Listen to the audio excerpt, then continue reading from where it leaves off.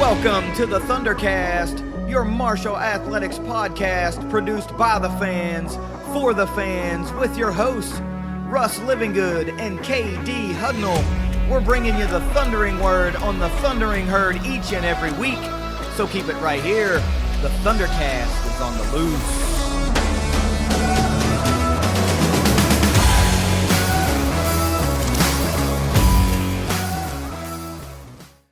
Thanks for downloading another episode of the ThunderCast. You follow us on Twitter, ThunderCast_pod. Please go to the YouTube channel, subscribe to the ThunderCast YouTube channel. We've got a lot of great content that goes on over there, but we also appreciate everybody that just likes to listen to the audio versions as well. So go to Spotify, go to Apple Podcasts. You can subscribe to the show there, so it will automatically alert you when a new episode drops. You don't have to go looking for that weekly tweet of the episode drops. Also, if you would give us a rating or a review, because that really helps with the search results when people are trying to find the show, and share the link directly, if you don't mind, with your fellow herd fans, because, well, we just enjoy doing the show and we think folks enjoy the content that we bring, and we want to give that to as many people as we possibly can. Russ, it was an amazingly, unbelievably epic herd weekend that we alluded to going in. This had the potential to be something very special. And man, I don't know that special encapsulates what the weekend actually was. So let's get into like all of it, man, because I know that I haven't heard your 5 things. I imagine they're freaking great, because how could they not be, because this weekend was so awesome. But first, a quick word from our sponsors at 304carwreck.com. If you've been hurt in a wreck, visit 304carwreck.com on the web or on Facebook. You can't stop a bad driver from crashing into you and making you a victim, but when you're hurt and you try to deal with the insurance companies alone, you set yourself up to be a victim again. Don't be a victim twice.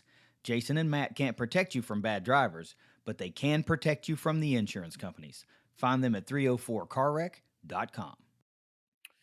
Where to begin with this unbelievably amazing weekend that, for the first time in a long time, everything seemed to go right. Yeah. Everything seemed to go right for those of us that rock the Kelly Green. So start me off with 5 things that every herd fan needs to know this week. Here are 5 things every herd fan needs to know this week, as always, brought to you by IgniteLink, the Tri-State's premier IT management team. Stop me if you've ever heard this name in 5 things. Abby Herring, first female ever for us to qualify for the Nationals as a finalist. Yeah. And we're going to talk about that in Around the Herd when that date is. Yeah. But based on her performance, she's going to the Nationals. How cool, man. How cool. And I think I saw that it's only the third athlete from the cross country all time. So she's the first from the women's side to do it. And does that surprise you? No.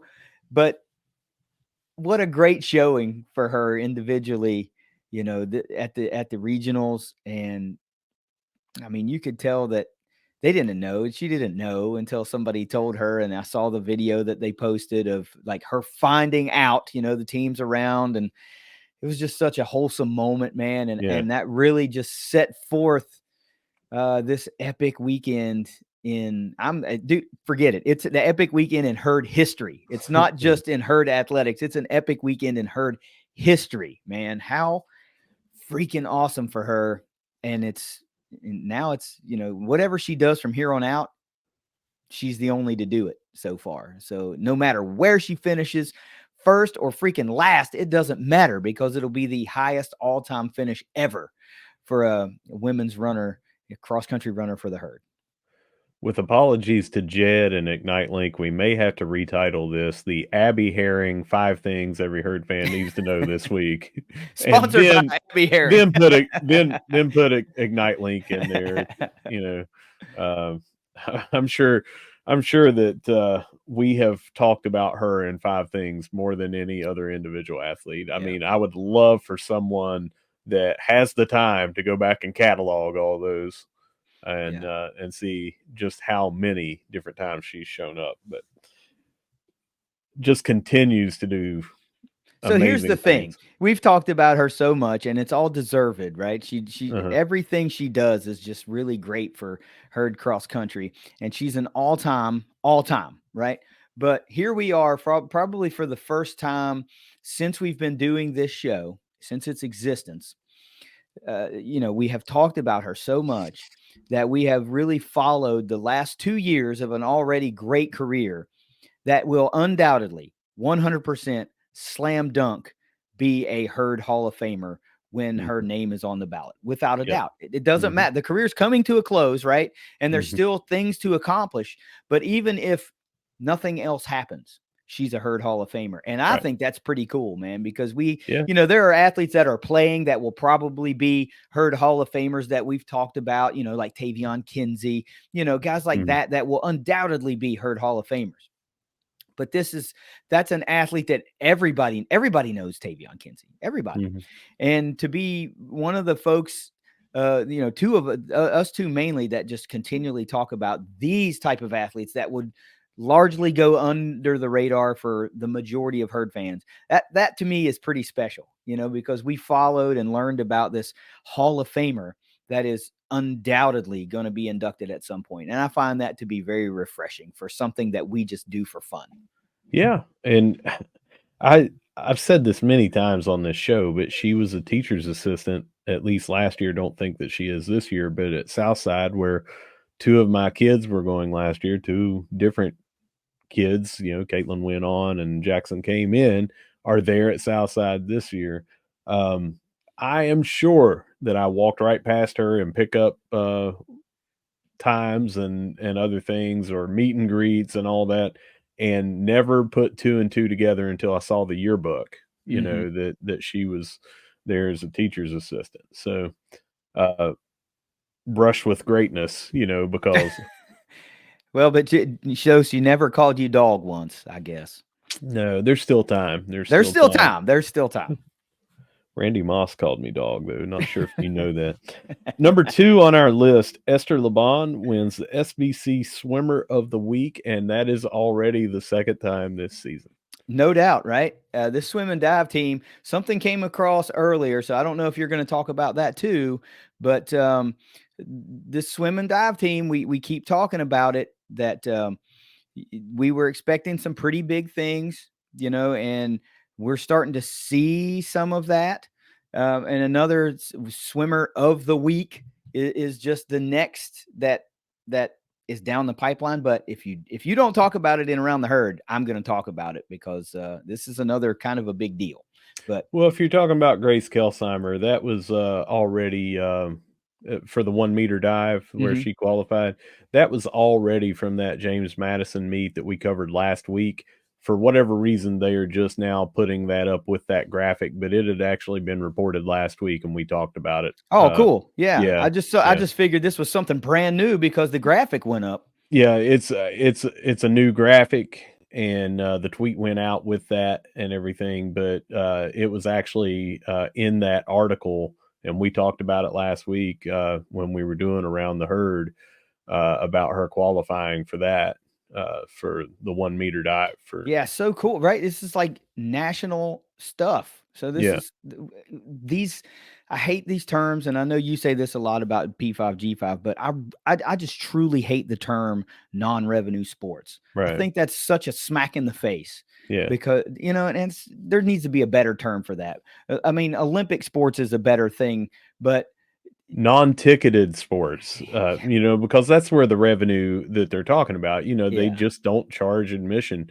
And, it's very easy. I mean, volleyball went from a non-revenue sport to a revenue sport this year just because they had tickets, for the hmm first time to it. Softball is going to be going to that. Baseball is going to be going to that. So, yeah, there needs to be a better descriptor because it makes them sound less than something yeah, else. yeah. But Less than is the yeah. basically, it's just that they were allowed to be free for fans to come and watch, Yeah.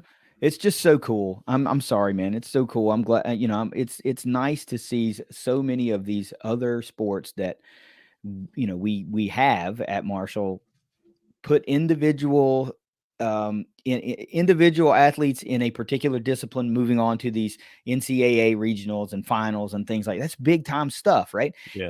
And yeah, everybody's going to pay the closest attention to the biggest sports. Martial football's pretty much always going to rule the roost, and then followed very closely behind by men's basketball. But there are things that just feel like they're rumbling, right? We've Mhm. seen this rise in softball over the last 2, 3, 4 years, and now it feels like that's just going to continue, with Morgan Zirkle at the helm, and the baseball stadium being built, and women's basketball just feels like this sleeping monster that's about to just unleash. And I don't know, man. It feels like a really good time to be excited about all of martial sports, even if you don't care about swim and dive, man. You should at least be a casual enough fan to go, that's pretty freaking awesome that we're sending somebody to the Yeah. NCAAs. That should matter to you. It should, Yeah. it should. You don't have to go to a swim meet. You don't have to be at every one. It'd be cool if you did go to one every now and then just to check it out. But these are still hurt athletes that are going out and accomplishing big things on a conference level stage and then on a national stage, and they just deserve to be talked about. And by golly, we're just going to continue to talk about them. And one sport that you unintentionally left out there was soccer, and we're obviously going to be talking about that here. But soccer is one of those too that has risen up so much over the past 5 years. I mean, we're talking Yeah. about 5 straight NCAA appearances and a national championship put in there, and everything that went on from this weekend and the past week and all that. Um, its popularity as far as attendance and stuff like that may never topple football. I mean, I don't know, when you get disappointed when the crowds are below 20,000 for football, it's going to be hard for a basketball arena or a soccer stadium to ever have an average of 20,000 people Yeah. there, at least where the level that we're at and everything. But as far as following it online and everything, man, it's up there. I mean, it has gone really, really high up in nationally in respect for us is we are becoming known as a soccer school. But there's no question that herd soccer is on a rise that no other really herd program has been on, since really the 90s in football. Once you start winning games, they just kind of took off. It went from winning a couple of games to having a winning season, and then that infamous run in the 90s to be the winningest team of the 90s. And then now it's been a long time since Marshall's seen anything like this, and it's even increasingly harder to do that in the sports world. And when you do that in easily the most popular sport in the world, in soccer, I think it's a little bit more remarkable because of just how competitive that sport is.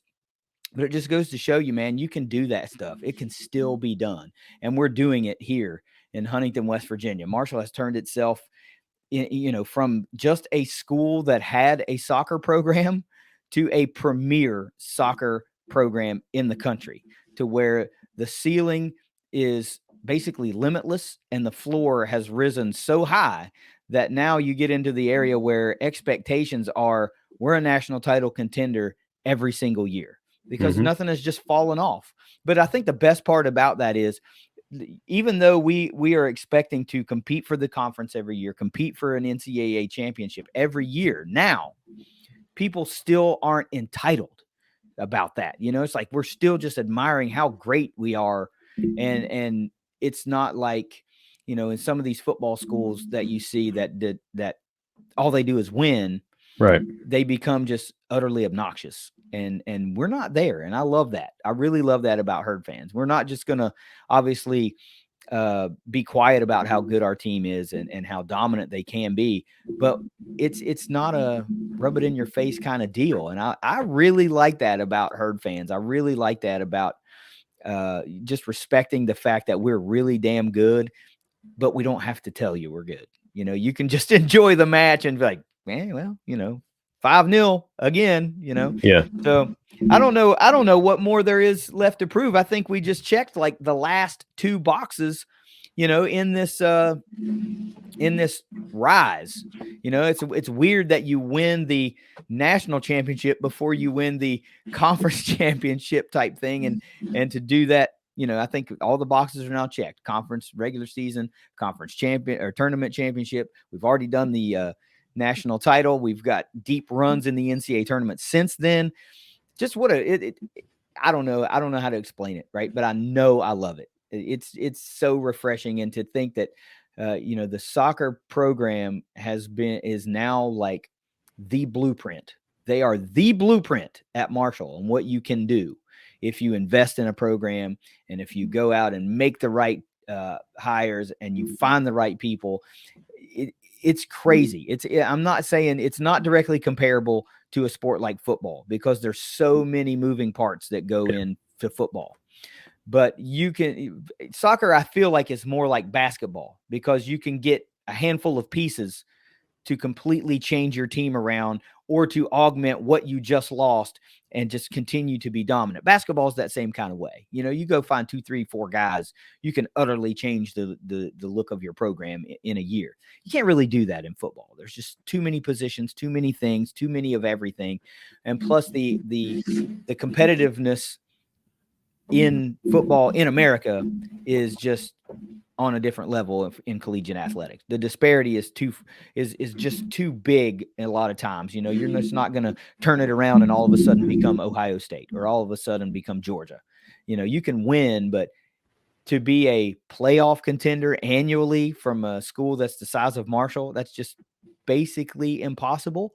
Shouldn't stop us from striving for it, but it's just hard to do. You haven't seen anybody from this mid-major level do that. There's no one that does that. Cincinnati came close. They got snubbed on the playoff. Then they went to the playoff. And then what happened? The coach left, and then they changed conferences, and now they're not the same as they were a couple of years before. But I don't know how you get enough of soccer. You start to get in the arguments now, like, well, we need more seating. Well, we need more this. Like, keep investing in the program, because Marshall just seems like they're not going to slide down from the mountaintop anytime soon. So, 3,100 and some change set the new record of attendance, and they were in there, man. They were crammed in like sardines from the broadcast, and you were there. I'm sure you've got a better perspective, but hey, that's what you want. That's what all of our coaches say. Come to our games, make Marshall have to add seating. That's what we need. That's how you support our program. And boy, man, men's soccer is just the chef's kiss right now for the Herd. All right, number 3 on our list of 5 things, we've got signing day. I don't know how you say this for non-football, I guess is the best way to say it. But signing day, we have a list. I can't remember how many athletes So many. And I don't want to leave a single name out. So what I'm going to tell you is Herd Zone has these listed under the different teams. They've been all over the social media as well. We have been retweeting them out when they put them. They put them out individually. They put them out of a list for each sport. I just encourage you to go over and see our new Thundering Herd athletes that are coming here. There are plenty for each sport. You can see, just for instance, basketball had 2, 7 for softball. If you just go to those individual sport pages, they have lists of those over on Herd Zone.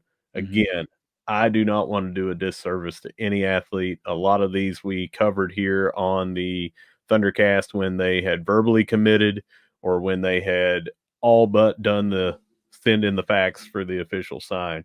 Some of these we've been covering for a year, or they've been saying they've been coming here for a year or longer. And some of them follow the show and interact with us on social media. So get over there and familiarize yourselves with these names, and a lot of them could have a very instant impact in their respective sports. Yeah, one that you really have to pay particular attention to, not an individual athlete, but a sport, is baseball, because they've had a big recruiting class. And, we've talked about it before that, this class is really going to set the mold for what a Greg Beal's team will ultimately look like when he's had a chance to really put his fingerprint on this program. And signing day came and went, but much like football, you can expect signings to come in after signing day. They still continue to trickle in. As a matter of fact, one came through just a little bit ago, yesterday maybe. So they're still going to be. They didn't all come in on one day and now it's done. They're still going to be trickling in. We've seen, after official signing day, there's been another, I think, softball signing. There was another baseball signing. So, these kids also want to maybe have a signing day event at their school. So, they all want to cherish the moment, and it's deserved. So let them. But you're right. There's a lot of athletes that are going to be coming in that 2024 class. And of course, we're also edging ever closer to football signing day, and we'll cover that and talk about that whenever that rolls around. But you're right, man. A lot of these young athletes, incoming freshmen, have found the ThunderCast. They've been following the ThunderCast, and I think we are helping them get familiar with other athletes from other sports that are going to be in their 2024 class. It's really cool when I've seen times where we've retweeted a commitment from softball or basketball or women's soccer or something like that, and one of our baseball guys is retweeting or just sending some emoji or something like "welcome to the family" type deal. So it's really cool, man. There's a lot of talent coming in, and just don't wait for them to become stars. Go learn about them before they're stars for the herd. Absolutely. And now, since we were talking about soccer, our final two things are going to be about soccer. I'm sure you know what at least one of them is going to be, but Alvaro Garcia Pascual is named the most outstanding player for the Sun Belt Conference tournament. Also listed on the all-tournament team is Alex Bamford, Rai Pinto, and Amain Sordo. Mm-hmm. Great showing, obviously. A lot of representation for the herd. You would not expect to see any different because, hey, the best team in the conference won the tournament. That I know we're going to talk about this more. The conference tournament championship match was one for the ages. I mean, we told folks, if you can go to the game, you need to go to the game because you're going to be treated to an unbelievable match and a back and forth match. This was not your 1-0 type deal. I mean, a lot of scoring, a lot of back and forth, several lead changes. I mean, I don't know what more you could want. And yeah, I can't downplay it and say it wasn't notched up because it was West Virginia, right? Because it's just natural. I mean, we're the two Division I schools in the state, and these are two top tier programs. And there was a revenge factor from earlier in the season and going to Morgantown and all that type of stuff and losing that match. But ultimately, it doesn't matter because it was a championship match that was at home, and we're not getting that very often. And I will submit to the fact that we can't host a championship game or match in a lot of sports. They have, a neutral site where the tournament is held. I get that. But, we need to be able to host as many matches and games for championships as we can. We're able to do that for men's soccer this year. We had home field throughout, and everybody turned out for all of those matches, including setting that new stadium record for the Vet. It was just an unbelievable thing. I watched the whole thing, right? And even my son doesn't care about sports. He's just not, that's not his thing, my youngest. And he was sitting there like, I think he was enamored by the crowd, just the sheer size of the crowd, and that there were so many people crammed into this little area. And he sat and watched the match with me, and even he was intrigued by it. So that was pretty cool, man. But I don't know. Excellent showing by Herd Soccer this week. Our fifth thing, you just mentioned it there, but I'll give you the exact number. New attendance record at Hoops Family Field set yesterday, and that was 3,151. Beat it by 76. 76, yeah. How I know that's not going to be the norm for every match, right? It's not, because it was a championship match, but I feel very, very confident saying if they could have gotten more inside, they would have gotten more inside. Mm-hmm. I mean, it was like I said, they were packed in there like sardines, and man, there was nobody moving, because you move your feet, you lose your seat, and nobody wanted to lose their seat. I don't know. I think it's time to talk expansion. it's time Oh, to talk it's already on additional the seating. docket. It's I know, but already I on the mean, as docket. fans, I know they want to do it, but it's time to talk about, what is the new minimum seating capacity? That's what we need to talk about. I'm not saying we need no 10,000 seat stadium. We don't need that, but you need bleachers on both sides of the, spanning the pitch on the other side. There's some character type things that you can do now to make the vet truly special, and I think it's time. Well, we know this off season there's going to be a video board go in. We know that lights are going to be upgraded, and it was a situation where they already would have been upgraded, but it was a supply chain issue. Right. But you got to have certain lighting. It's called for a certain number of foot candle Sure. to be able to host nighttime NCAA tournament games and regionals and things like that, and championships. But um, upgrades are abounding, and they're continual, and they're going to keep happening. And I know seating is one of those. They've already upgraded in the seating since the national championship game. It went into effect that off season. They brought in some temporary bleachers, and then they became permanent fixtures. And we have set. I'll get the right word here in a second. We have set plenty of records in attendance since we made that addition. So it's I can't imagine the next time WVU comes here just for the Derby, not for a championship, but 3,000 was for UCF, 3,075 just for a game during the season. And I imagine that we can routinely get over 3,000 as this sport continues to grow.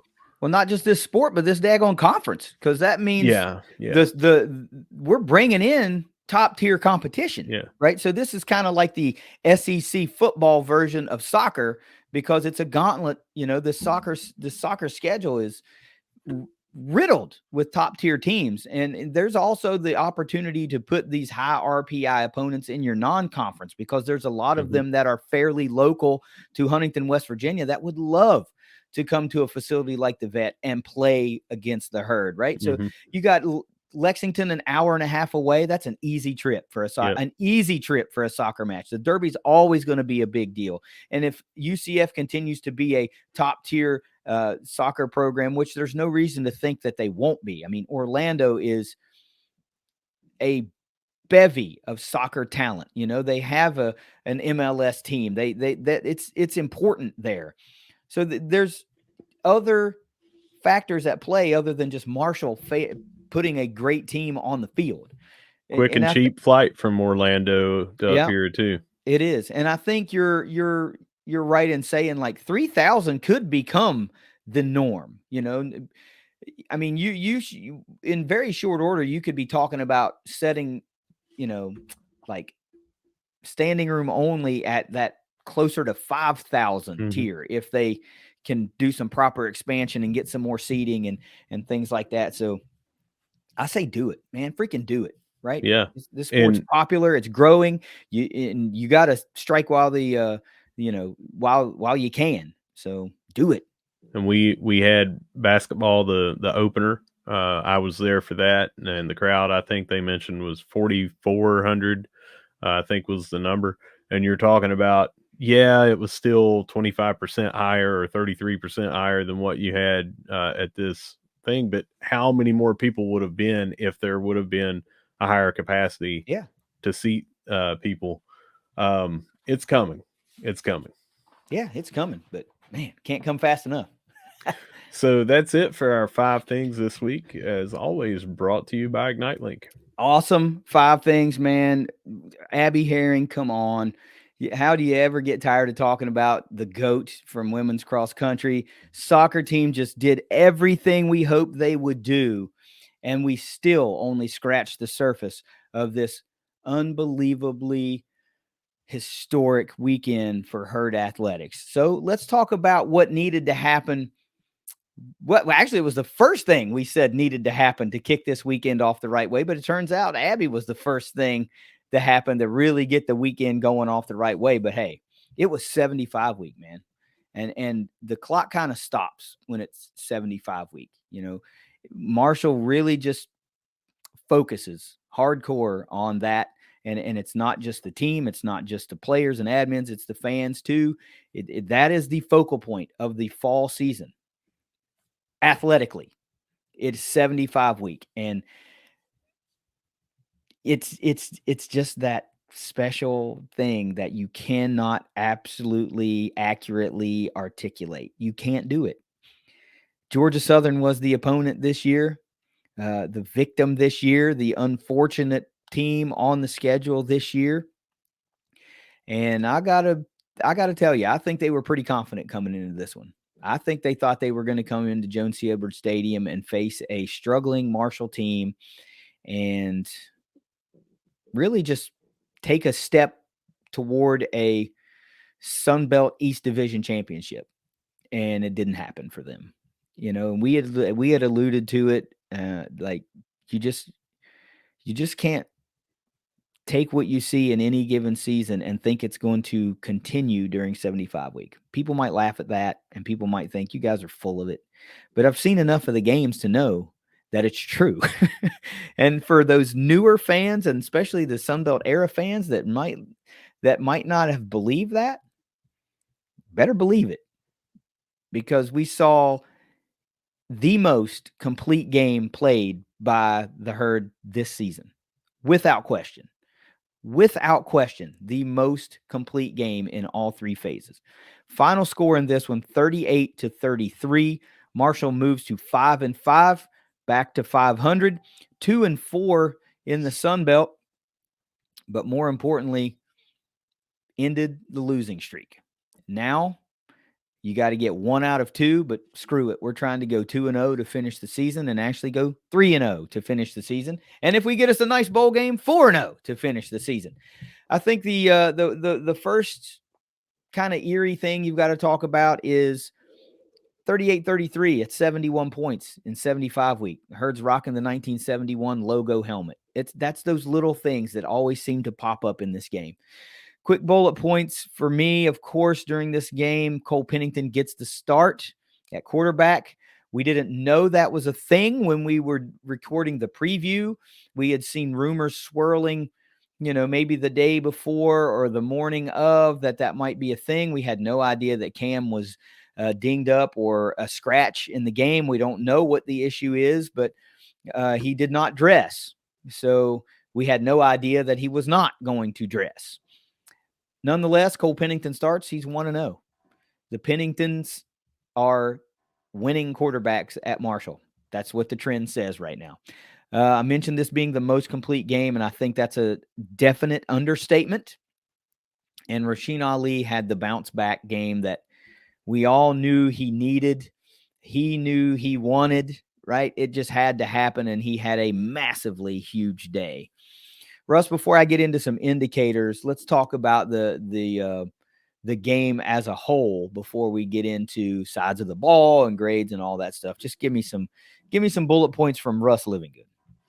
Well, it was cold, and I had mentioned it didn't matter if it was cold, didn't matter if it was rainy, didn't matter if it was going to turn to ice. I was still going to go, and I was going to be there the whole time. We had little over 19. I know it was under 20,000 people there. Yeah, it was. But they were loud, and we had a great tailgate going in. We had a loud showing when we needed to from the fans.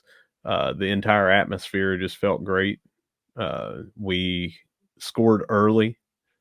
It wasn't like we were down and had to come back. It was trading scores back and forth and everything, which was something that I'm not trying to take credit for this, but just something that I predicted that I thought could happen, that we would score more than 30 and then it would be a back and forth affair and kind of a shootout. When I said 31-28, that's how I described it, a 31-28 shootout, back and forth scoring.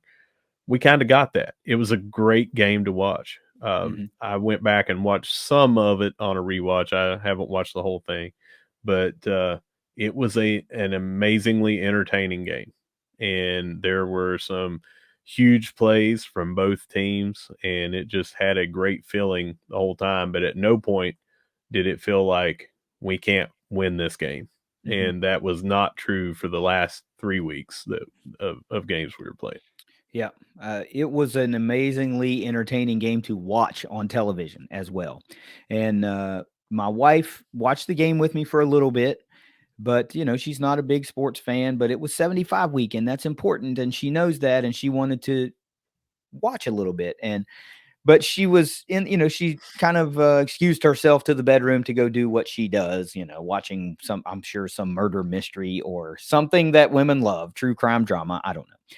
But she kept saying, Marshall must be winning, or because she kept hearing me yell. I'm out of my seat and I'm yelling and I'm fist pumping in there, because, the Ali breaks a big run or, just whatever it is. And she was giggling at me because she's like, I haven't heard you in the living room for the last month, and now here we are, so it was very entertaining, very entertaining. And you're right, it never seemed like we were out of that game because we weren't out of that game. Even going down at halftime didn't feel like the momentum had swung. I did not feel that way.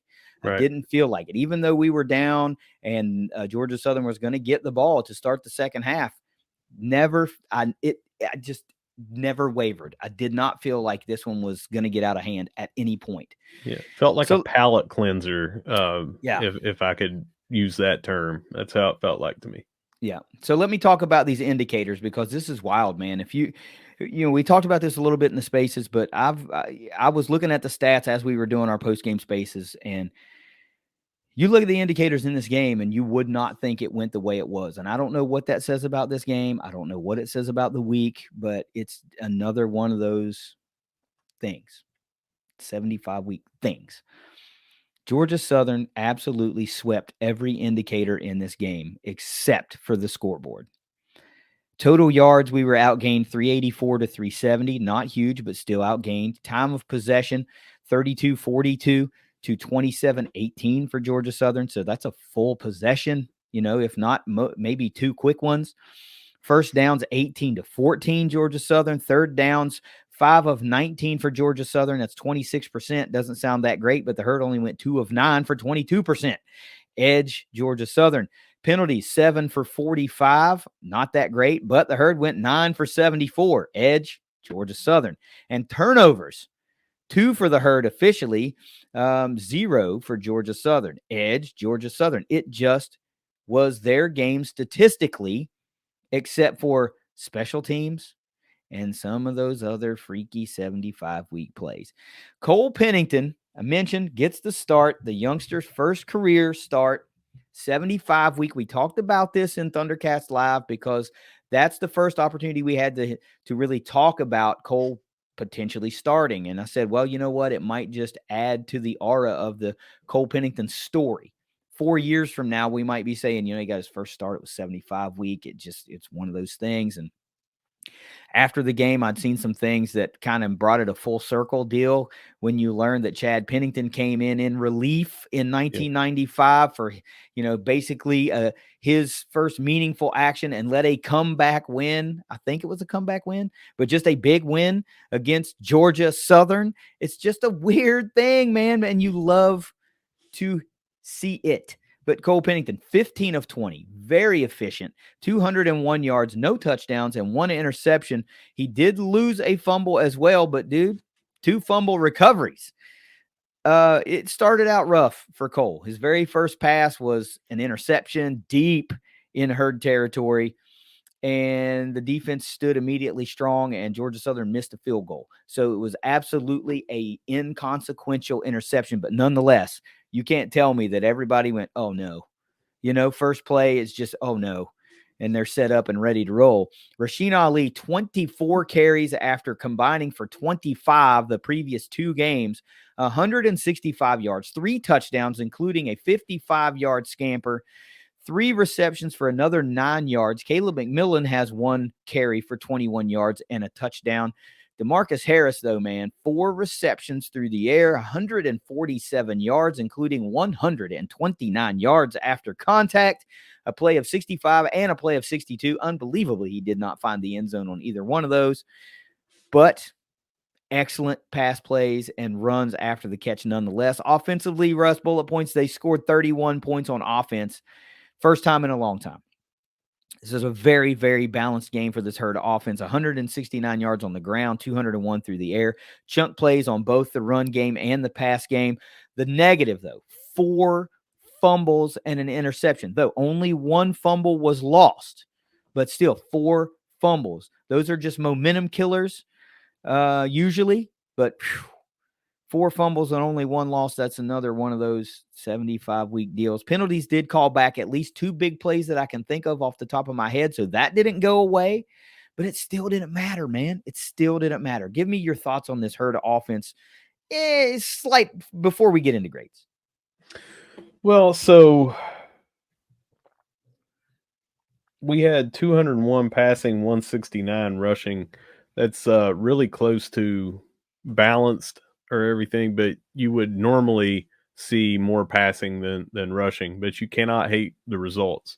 You would have liked to have seen some passing touchdowns, especially since we came close twice with Harris, who he just got caught with angles. But they moved the ball. We didn't have near as many of the drops. You and I talked about it in spaces. You could technically say that there was a drop with Talik Keaton when he got hit and spun around and basically did a split and dropped the ball as he hit the ground, but completing the process of the catch, that didn't happen. So you can count that as a drop. 15 of 20, but the first 3 was 1 of 3 for like 3 yards. So the rest of the game, you're looking at 14 out of 17, and one of those was that drop by Keaton. So very good job, in my opinion, of giving Cole some things that he could build on and not putting him in situations where he was faced with an uphill climb. And that's what you want to do, not because it's Cole, it's because it's a freshman starting for the first time. You know, you want to put things in that where you can build, okay, now we're doing this, that means now we can move to this. And I think that we just did a great job of that, and we had a great offensive performance. We also threw in some different looks that we saw starting down at App State with direct snap to Ali. And this time we did not have Cole in. When we did that a couple of times down at App State, we had Fancher in, but ran one of those plays to perfection. A reverse to McMillan was a touchdown. Another one of those was a 50-some yard scamper from Ali for a touchdown. So 2 of our touchdowns came out of that formation, that package. Well, if I'm not mistaken, all three did, because the last Ali touchdown, the 9-yarder where they just let him walk in, was out of that as well. That was too, yeah. So we did a great job on offense of mixing things up, and it felt good to get numerous scores after not having scores for so many quarters in a row. Certainly did. And I will say this: you can't just say, well.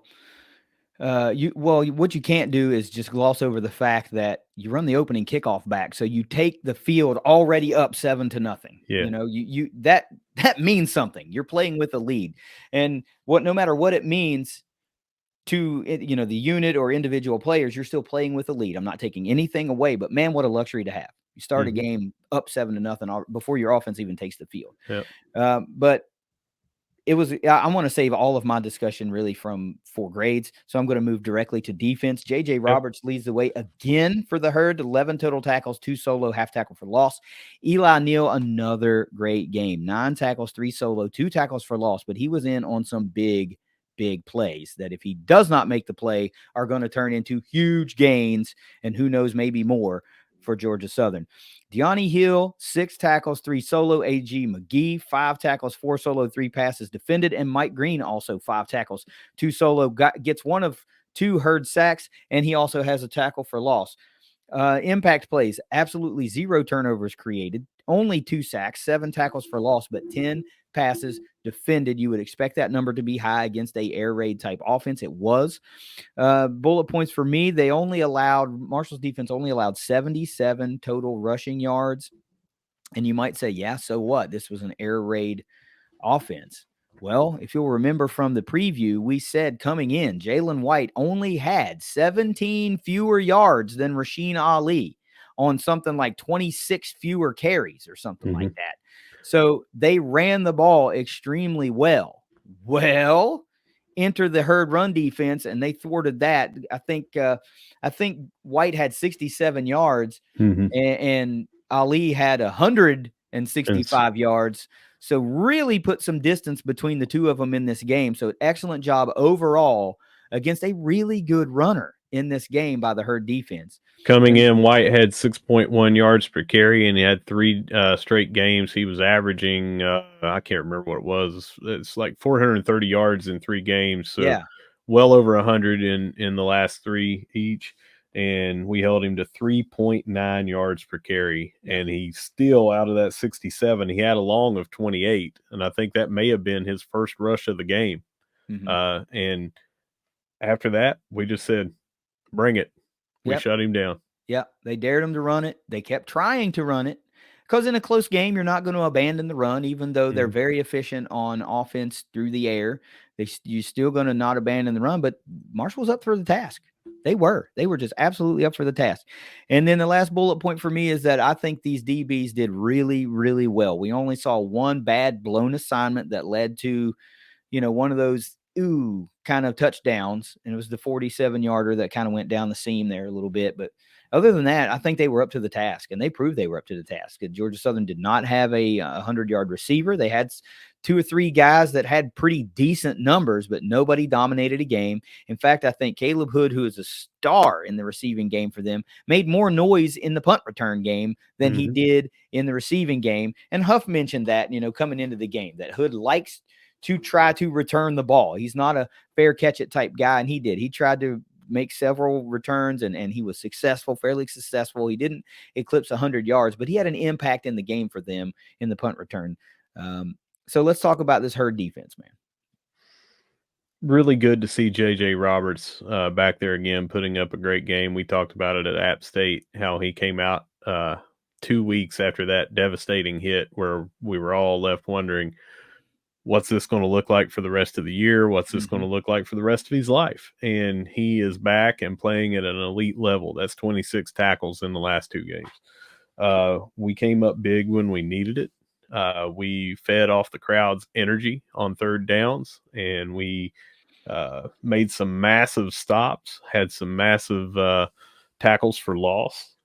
We had some passes defended when we needed to, including in the end zone. So great all-around job. Yeah, just a great all-around job, man. A lot of these, well, I'm going to save it for Keys. So let's do special teams now. Jaden Harrison, 1 kick return, 98 yards for the touchdown to open the game for the Herd. 15 seconds into the game, Marshall's got a 7-0 lead. It don't get no better than that unless you're do it in 10 seconds. But here's the thing. I've got to say this, and this is very tongue in cheek because that we love Grant Traylor. We think he does a great job, but I watched the post-game interviews on YouTube with the guys, and this was just a really nice, wholesome, made me smile moment because as Jaden was taking the podium to do his post-game, you could hear Grant off in the background saying, Jaden Harrison, kick returner, blah, blah, blah, blah, blah. And he said, it's the first opening kickoff return for touchdown since 2017 or something like that. It was whenever Keon Davis did it against Miami. And he said, he looked over and he went, I did that against FAU in 2019. And he goes, correction, since 2019. And I got a giggle out of that. I think that was so great. But Grant does a great job, and I love that moment between he and Harrison. But not lost in this is now Jaden has shot to tied number 1 in the country in kick returns for touchdown. He's got 2, and he has shot to number 1, tied for number 1 all time in Herd history with now 3 kick returns for touchdown. And Russ, I want to do a little trivia with you. Just off the top of your head, see if you can give me the other 3 guys. Well, I already read it. That's you already read it. Yeah, I read it off of Steve Cotton's Sunday Oh, morning okay. I didn't get it. dump, I man. didn't get it from there. I looked Yeah, at the record book myself. Never yeah, mind, you cheater. yeah. Anyway, but Reese Verhoff goes 1 of 1 on field goal, nails 1 from 22, 5 of 5 on extra points, and then John McConnell 6 punts on the day, 243 total yards, a 40.5-yard average, not bad. But he has situational punts that lower that average. 2 land inside the 20, including the punt that lands at the 2-yard line. And I don't know that lands is the proper term to say how that ball hit the turf and just stayed there. But an excellent, unbelievably excellent day for special teams. Russ, let's save all the special teams discussion for grades because you don't want to be repetitive. And plus, there's just so much cool stuff to talk about. Yeah, I just have to say, though, you left off one thing for Jaden Harrison. He's number 1 in the nation, not just tied for touchdowns, but in yards per return. Average. Okay, yard. Full yard ahead of number 2. Nice. I did not catch that. Yep. But let's talk about our keys to victory. This ought to be fun. What was your number 1 key to victory? My number 1 key was to score points, and we did that. I had said that I thought that we needed to put up 4 touchdowns, and we did that, plus the special teams touchdown. So big green check right there. Yeah, absolutely a big green check. Number 1 for me, I said we needed to take an early lead, play from ahead, and stay aggressive. And it doesn't get much better than returning the opening kickoff for touchdown. That's scoring early, and we played from ahead for a while. We were trailing at the half, but it didn't matter. We stayed aggressive. We took no series off. Not everything worked out, but I don't feel like we just wasted some series. And we stayed aggressive. It worked out, and that's a huge, massively green check mark for me. They did an excellent job satisfying that key to victory. What was number 2? Special teams needs to play a key role. I'm going to talk about everything they did when we get to the grades about that, but big green check. Key role is about the understatement of the podcast this week. Number 2, I said that the Herd needed to go punch for punch. And they absolutely did that. And that might be the most satisfying key to victory that we achieved because we were ahead and then we were down and we were never out. And we just kept fighting and kept fighting. And when we came up for air at the end of the game, we had done enough to secure this victory. What was your number 3? Number 3 is defense has to figure it out. I had talked about not giving up the huge chunk plays, and although we did have that busted coverage on the 1 touchdown that you talked about earlier, they figured it out in every facet that I can think of. Big green check. Yeah, almost identical to yours. Is I narrowed that down to, I said the young defensive backs really have to be on point in this game because we'd seen them cut their teeth a little bit over the previous month. Some meaningful plays, a lot of game action. There was some growing pains that had taken its course over the last month for a lot of these young DBs, and then enter a air raid offense. They needed to be on point, and man, I don't know how you could be more happy. Yeah, it was a 300-yard passing day for Davis, but you expect that. That's what they do. 54 passing attempts they had to face. De'Ani Hill had an amazingly good game. A.G. McGee had a pretty good game. Jacoby Henderson, outside of 1 coverage missed, had a really great game. And oh, by the way, Micah Abraham played one of the finest games that he has played. He was blanketing wide receivers, and it was great to watch. Absolute green check mark for me with this young defensive back play and Abraham. And of course, JJ leading the team with 11 total tackles. What was your last key to victory? Feed off the fans. And I think that we did an amazing job of that. They kept doing the arms up motion to get the fans more into it at key points. It seemed like we had them on 3rd down all game long, and Marshall was loud with only 19 and some change reported as the attendance. We Are Marshall still sounded very loud, and I even thought to myself, if we can sound like this at 19,000, when this is 30,000 plus the standing room that we're going to get at a game like the Virginia Tech game or some of these other games, what can we sound like? And I still want to say that I look around and going into the fourth quarter, we don't have every single person doing the thunder lights. Or the herd lights. We have still around you seeing people not saying "we are" or chanting "we are," and I'm sure it's the same way on the other side with chanting Marshall. We could be louder, but daggone, it was loud for only Mhm. 19,000. Don't know Yep. what it sounded like on TV, but fans were loud. They were into it, and the team 100% responded to that. So Yep. that just shows you show up, be loud. What we talked about could have helped them win a ball game right there. Yep, I think we did help them win a ball game right there. They played out of their minds and they fed on the constant energy from a close game that was back and forth, and it was the don't quit from the herd on the field that really also fuels the fans, and then in turn the fan energy fuels the herd to not quit and to Mm-hmm. keep battling. It's just this synergistic relationship, and fans absolutely have an impact on the game. Uh, my last key was Marshall has to play a complete game on offense. Now, I qualified that by saying no drops, better blocking, and no penalties.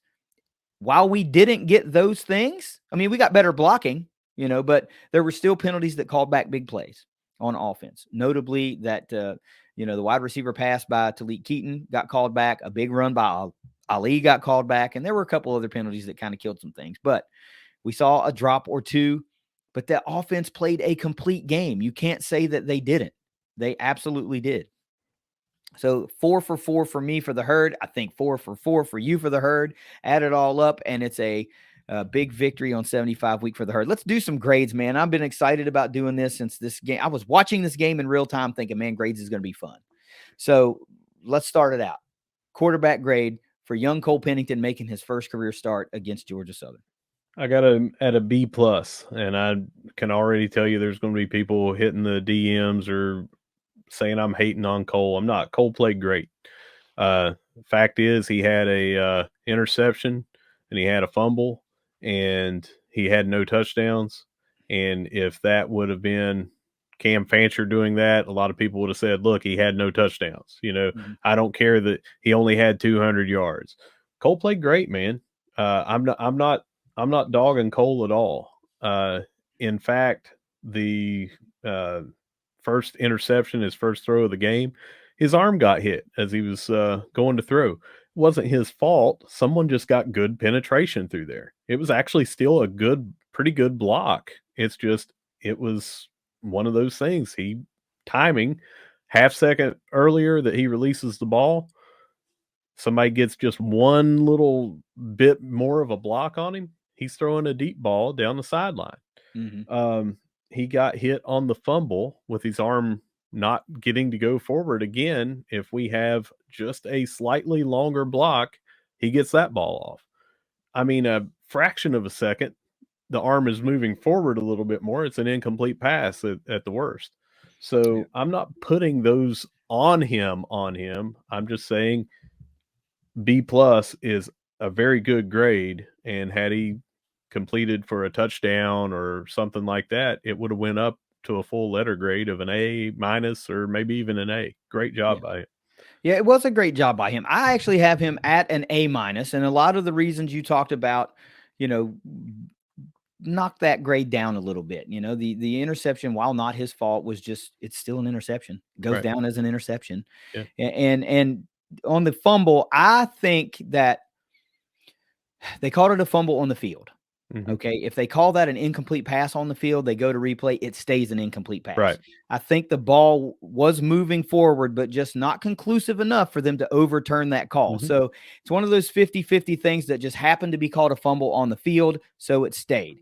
They didn't say the call was confirmed or anything that. They just said the play stands, and so that was iffy.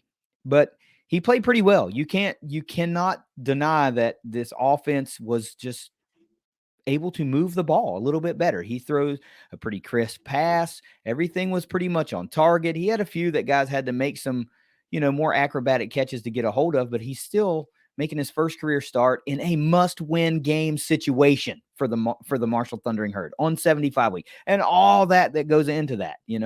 So there's a lot of little added pressure that goes on to him. They might not want to admit to it, but dude, it was a must win. You got to win that game. You don't want to go into the last 2 games of the season having to win both of them just to maybe get a bowl game. But he played really, really well. He settled into the game. He started rough with the interception, but man, he got better. And you mentioned he started 1 for 3, and then he finishes like whatever it was. I don't remember, but he only had like 5 incompletions. It was 15 to 20 for 201 yards, and he started off 1 for 3 with 3 yards and an interception. Yeah, and then it has a drop that it wasn't really Talik's fault either. It was just a freaky spin around type tackle, and that's hard for anybody. But you put in a drop in there, and now you're looking at 1 or 2 like true incompletions.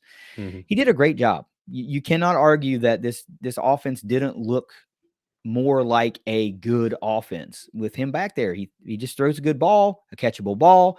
He leads his receivers to the area to where they can make a move, and we saw Harris do that. A nice. He did a really good job, and he gets the A because he made the 2 biggest plays that saved that game probably with those fumble recoveries. Mm-hmm. And it doesn't. I can't say it was him. It was because he was in there that it happened. I don't know, but he made them. So I'm not going to take him away from him. He made them. You got to have heads up to do that, and he made a heads up play. I don't know if you've gotten to this point in your rewatch yet for that drive, because that's a fourth quarter drive. No. Well, you wait until you get to that drive, and the first one on the Ali fumble, tell me how he ends up with the ball. Because I watched it live, I saw it again on replay, and I'm still baffled about how that Georgia Southern defensive lineman was not able to. He got his hand up and on the ball, and I don't know how he wasn't able to pull it in. It popped out of his hand, and Cole fell on it. I know. Another one of those things. When you see that, guys, if you watch a rewatch, and you go look at that play, you'll think, I don't know how that was not a recovery by Georgia Southern. I don't know how it wasn't.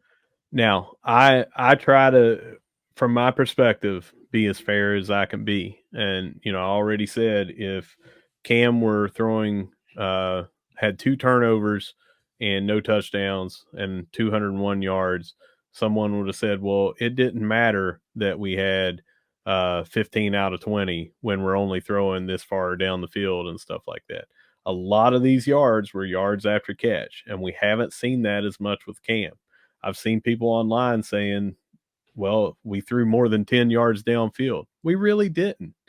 So it's just placement right where it needs to be to hit a guy in stride on a slant to give him that opportunity to go 129 yards after the catch on 4 different catches that he had.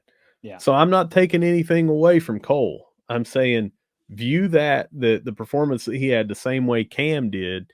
Cam had some of the same things to where he was getting hit as soon as he got the ball. We didn't correct nearly all the things that we need to correct. There's still penalties. There's still holding calls, bringing things back. There's still people getting back and sacking the quarterback before he has a chance. So I just want people to try to be fair to both of these guys. It's not like one is not doing well and one is light years ahead. They both are facing some of the same things. Cole had a good game here. Cam did not have a good game the last 2 games. I get what you're saying, but I don't want this to turn into a Cole versus Cam debate, because Cam was in street clothes, man. Right. So it's not about, what other folks might say because another quarterback was playing. Dude, the kid played really great. And I don't care what the extenuating circumstances were.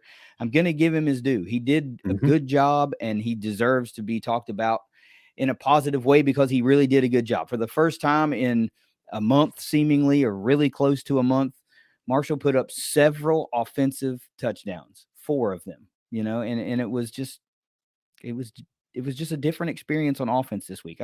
It's still not going to be like, now I guess you're going to ask, you get to the question like, well, of course, we don't know if Cam will even be available to play this weekend on the road against South Alabama. But this starts to look like the same situation we were in last year. Right. We had gotten stagnant. We had fallen to a 500 team. They made the quarterback switch, and we got a spark.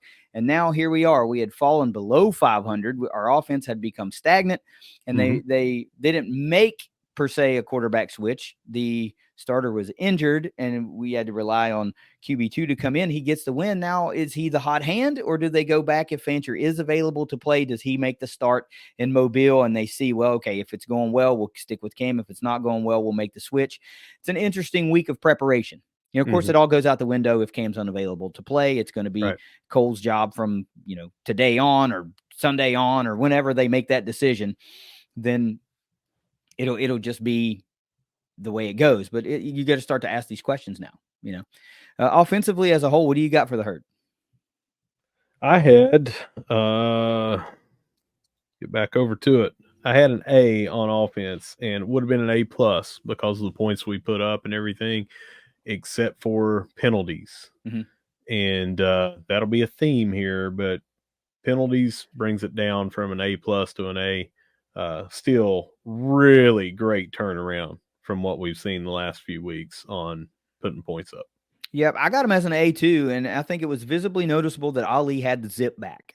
He didn't have that last little bit of zip the past couple of weeks, and it was there against Georgia Southern. The 55-yarder was evidence of that because he ran away from the final defenders into the end zone where he was tracked down the week before. So that was really nice. That was really nice to see. You got the yaks from Harris. That was also nice to see. They got a little trickeration there with the direct snap and the reverse to McMillan. They tried the wide receiver pass. It actually worked, but didn't work because of penalty.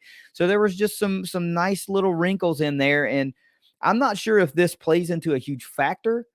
They say that this happened because it was Cole and he was making his first start, but they had Trickett on the sideline calling the plays. I don't know if that's how much of a difference that makes, but anything that was different that led to this, the successes on the field that we saw, I think you might have to just pay a little bit of attention to, even if you don't think it's a big deal.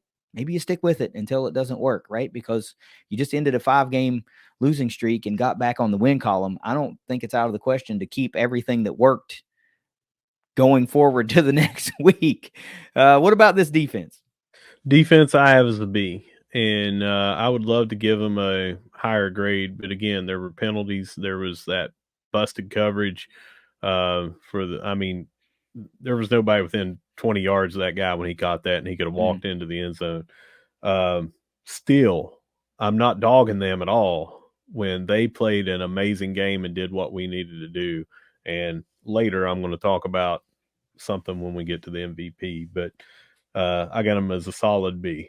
So it's a B plus for me, and I'll tell you why. Even though early on it was a little bit more back and forth, late in the game, even though Georgia Southern went down the field late and scored a late touchdown, late in the game, they just kept getting stops and giving the ball back to Marshall to try to make something happen. And for a couple of drives, we weren't able to do it. And then they got one last stop, and I said, all right, something's got to work now. And it was Rasheen Ali, boom, they gave up the last 9-yard touchdown or whatever was they kind of let him walk in, but the one play 55-yard touchdown from the direct snap, that was a stop that got the ball back for the Herd after a few other stops where Marshall couldn't do anything. And they went to the direct snap. It went 55 yards and you get the touchdown and you're like, that is it. That's what we needed. They just did a really, really good job. Now, the things you've got to account for, you talked about some penalties, but it was the weird penalties. A.G. McGee getting 2 penalties on him for simulating the snap count. I mean, once, okay, but you can't do it twice, man. You cannot do that twice. Because after the first time, they're listening for it, and to get it second time, you just got to cut it out. You've got some cool things like Owen Porter tackling 2 guys at the same time, shot out of a cannon to make that tackle for loss. Josh Moten with a weird play where he gets both a horse collar and what was it? A face mask and a face mask on the same call. But really, I think the worst penalty of the game came on defense. And unfortunately, it led to that Georgia Southern touchdown, a Georgia Southern touchdown. It would have been a field goal. It was just a weird scenario. You get the roughing the passer on a third and 10. No, that didn't come on a field goal. Never mind. They came on a 3rd and 10 when you make one more play and you end the game. but it ended up being that late Georgia Southern touchdown. But Well, there the weird thing about the the field goal and then a penalty, and they took the points off the board, and then they got a conversion, and then that led to a touchdown too. That was also pretty bad, but I don't think it wasn't enough to get Georgia Southern to win. And I think that speaks to how well of a game overall this was for the Herd. Yeah, there was one situation. I'm going to get the details wrong, but we got them and stopped them. Maybe they had a penalty and it put them back, and then we gave turned it around, right back. gave it right back to them, and it allowed them to convert and all that, and they went on down. And that's one of those things, is they just happened at the wrong time. There was automatic first downs, there were extensions of drives and things like that. And that's why I have them at a B. But that was one of the best defensive performances you could see, with still giving up that many points. Yep. I mean, it was just it was great. We were pressuring him all night long, Davis Sprint. Yep. We just continually brought the pressure. Yep, I agree, man. Overall, it was really good, really solid. Just some weird plays and weird penalties. Special teams. Is there any other grade you can possibly give? But what do you got? I got an A plus. I know that there was. I'm thinking that we may have had a penalty on the on one of those. Maybe on one of their punts. Did we get an offsides when they were punting? I know we had an offsides that gave them an extra 10 yards when we kicked off. And that was at the start of the game after we had just ran one back. But I don't care really what happened. They missed a field goal because we brought the house. We took one to the house to open up the game. We made our only field goal attempt that we did. We were 100% on our extra points. At the tail end of the game, the punt to the 2, which basically solidifies the game for us. And then at the very, very end, no one touched the ball, but on purpose, no one touched the ball and let that onside kick go out of bounds. And that was just heads up as well. We did everything we needed to do from special teams. And if you think about it, this is what I was going to say that I was going to talk about in the keys. You talked about the indicators, and they had more yards than us on total yards. You said they beat us everywhere. And then you said except for special teams. The difference was that opening touchdown. If you don't have that and we stall, if the game played the exact same way, we lose that football game. If we don't punt to the 2, we could lose that football game. If they catch the onside kick, if they recover it, we could lose that football game. Special teams came up absolutely huge. Yeah, that's an understatement. The only argument you can make where Marshall faltered on special teams was in punt return, right? The punt return defense, right? Because Hood was able to gain some yardage and he had an impact on the game, but we were expecting that coming in. So to have something we expected to happen, that's not surprising. So there's absolutely an A+ effort all the way around. You can't accomplish the things that we accomplished in this game and give it any lower of a grade. Can't. And that guy's capable of taking it back anytime that he touches it. So we didn't allow that to happen. So I agree. What do you got for our coaching staff this week? I gotta give them an A. They had everybody ready. They had everybody playing with heart and passion. I loved the calls of the trick plays that we ran on offense.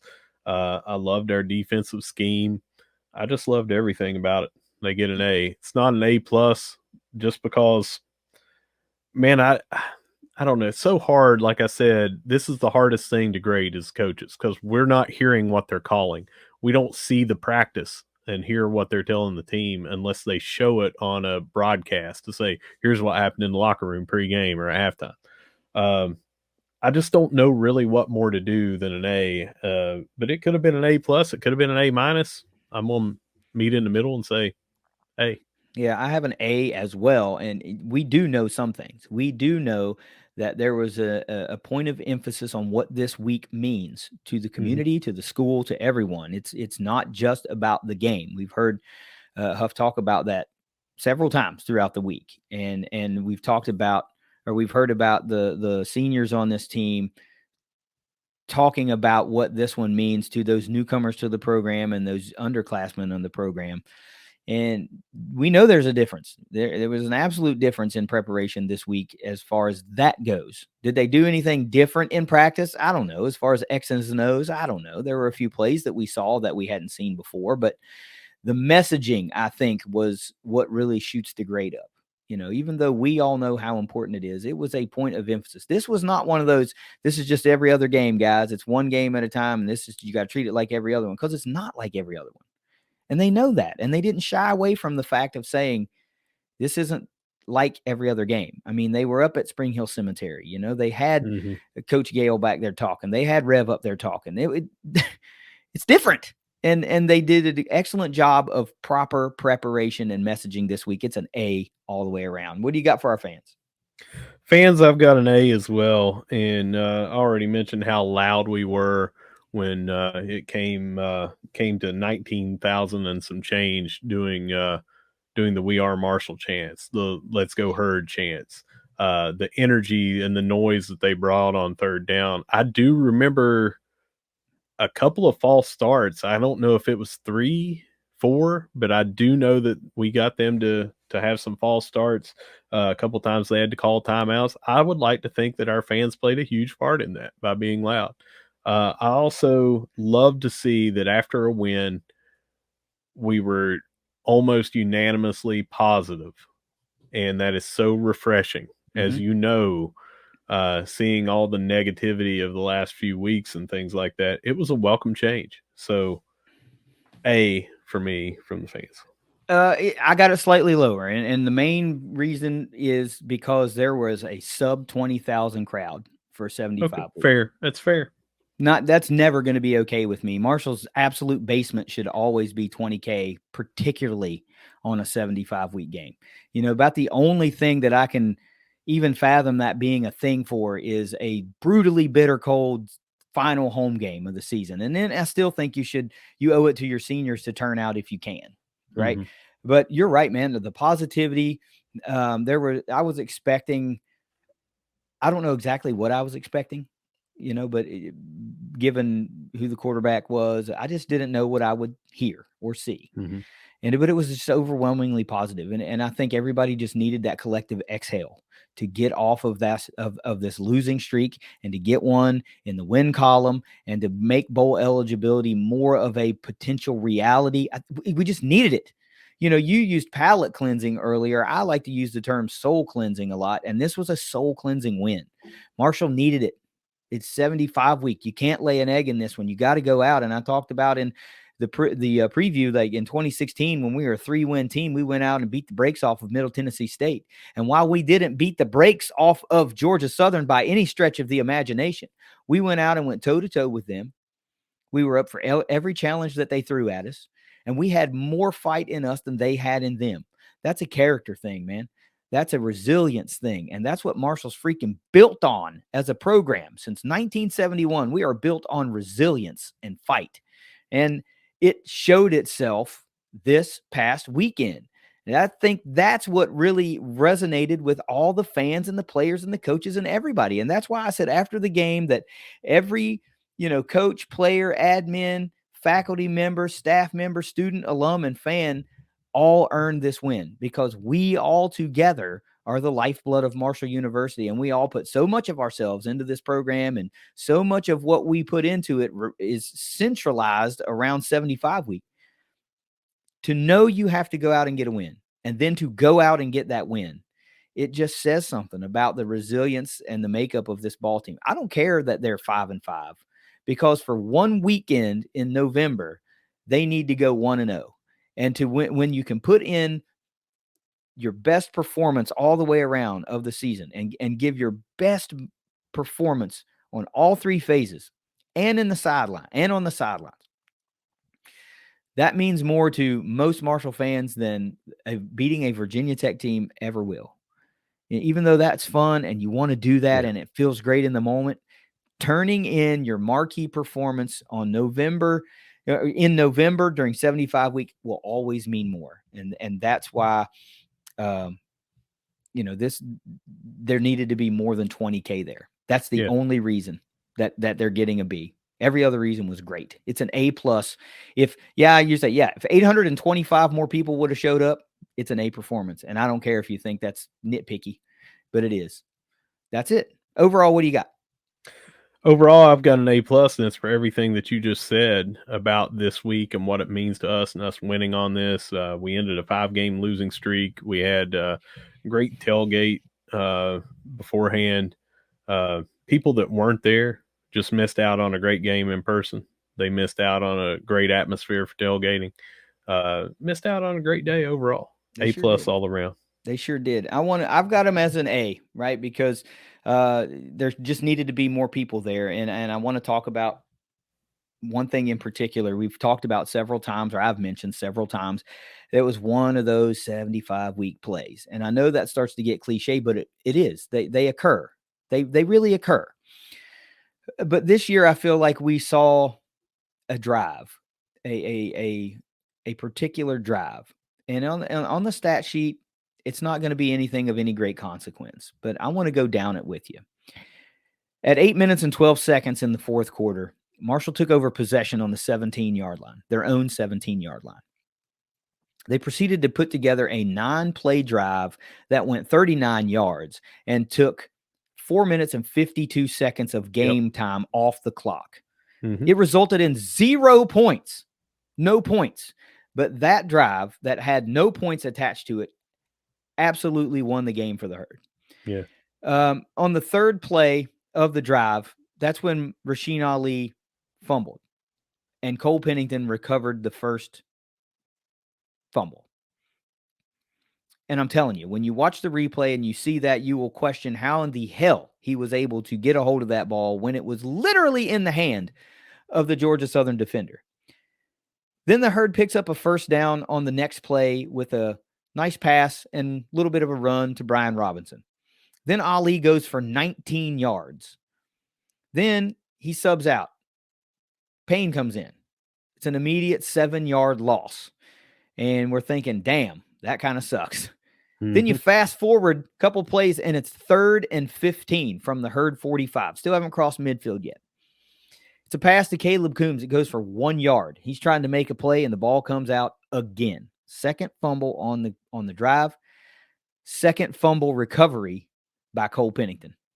Next play, 4th and 14.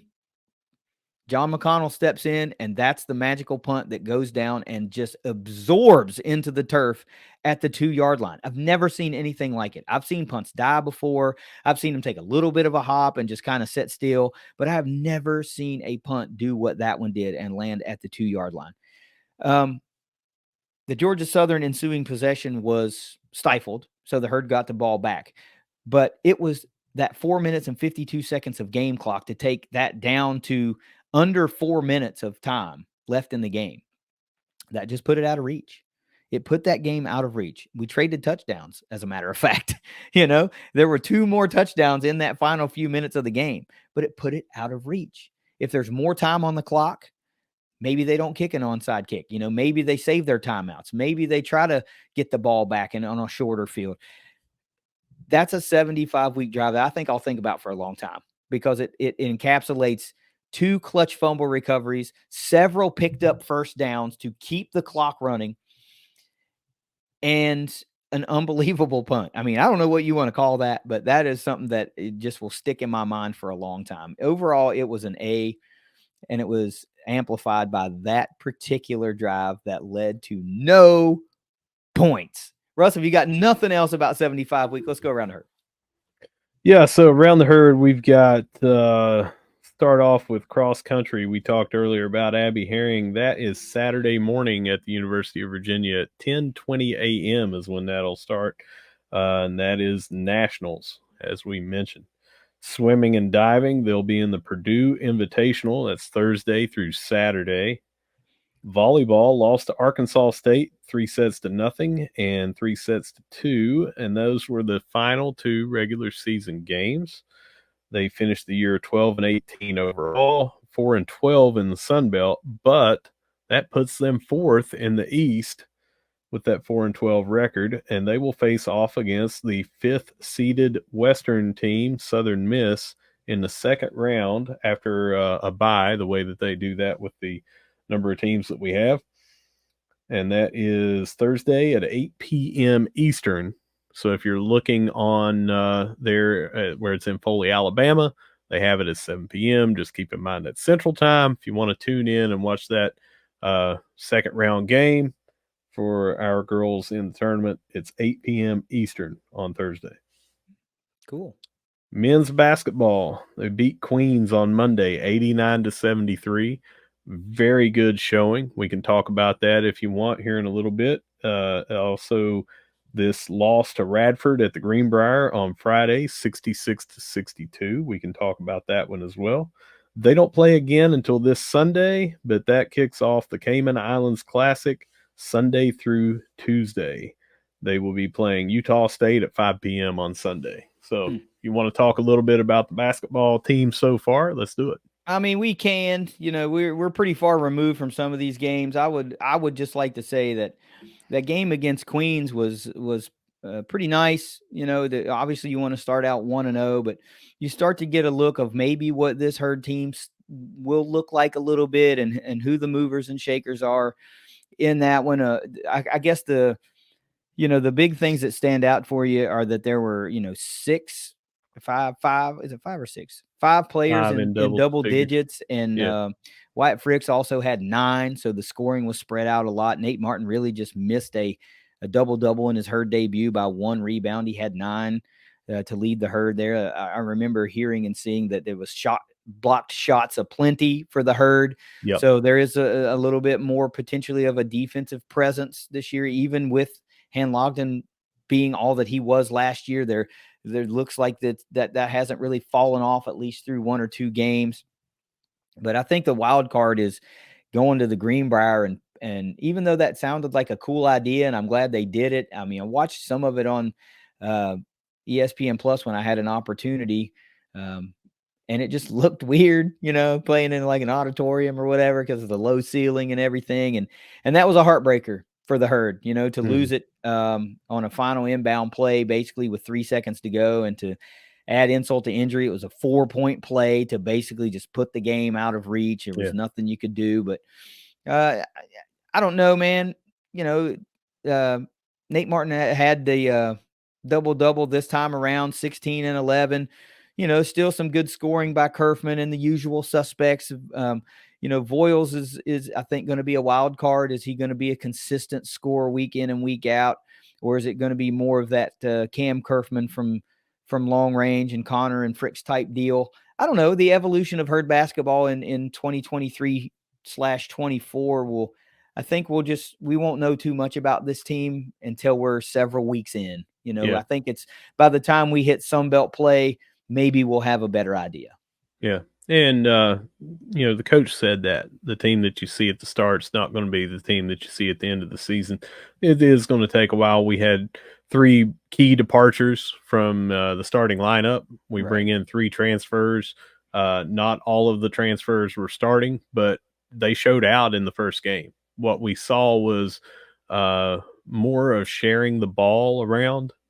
And I'm not saying that the people that left were not sharing the ball. It's just they were seniors or had been here for years and years, and they were your 2 main cogs in the offense, and they're gone.